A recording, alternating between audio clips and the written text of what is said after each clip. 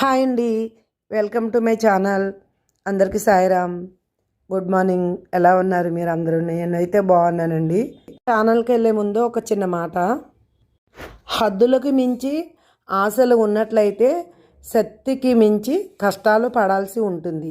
అందుకే ఏదైనా అదుపులో ఉంటేనే మంచిది. నా ఉద్దేశం అయితే అంతేనండి. నేనైతే చాలా అదుపులోనే ఉంటాను.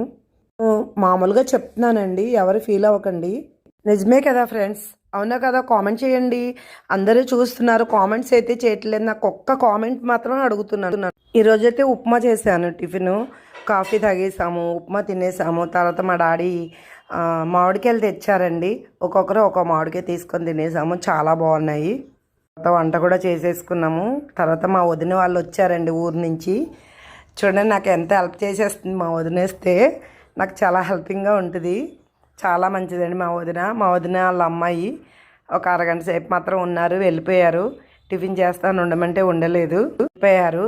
నేను వెళ్దాం అనుకున్నాను వాళ్ళ ఇంటికి, కానీ వాళ్ళే వచ్చారు. ఇంకా అందుకనే ఇంకోండి లిఫ్ట్లో దిగబెడుతున్నాను కింద వరకు వెళ్ళి సాగనంపి వచ్చేసాను.